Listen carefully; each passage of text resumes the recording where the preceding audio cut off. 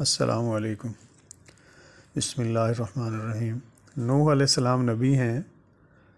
فرماتے ہیں وَنَادَى نُوحٌ رَبَّهُ فَقَالَ رَبِّ إِنَّ ابْنِي مِنْ أَهْلِي وَإِنَّ وَعْدَكَ الْحَقُّ وَأَنْتَ أَحْكَمُ الْحَاكِمِينَ۔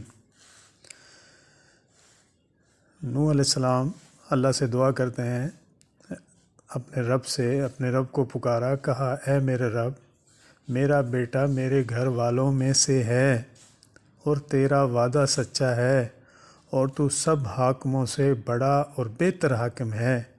جواب میں ارشاد ہوا کہ اے نوح لیس من اہلک، تیرے گھر والوں میں سے نہیں ہے۔ کیوں نہیں ہے؟ انہو عمل غیر صالح، وہ ایک بڑا بگڑا ہوا ہے۔ اب آپ دیکھیں ہم اور آپ کہاں کھڑے ہیں، قرآن سے کتنا دور ہیں، صرف ادب کے لیے قرآن کو اوپر رکھا ہوا ہے اور قرآن کو مانتے ہیں۔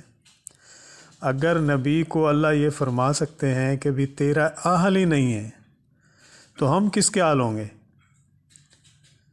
ہم نے تو قرآن کو صرف اور صرف کل خانی کے لیے یا کسی محفل کے لیے یا میلاد شریف کے لیے یا اپنے نماز کے لیے پورا کا پورا قرآن پہ عمل ہم نے نہیں کیا۔ تو دعا ہے اللہ تعالیٰ سے آپ کو اور مجھے اس پہ عمل کرنے کی توفیق عطا فرمائے۔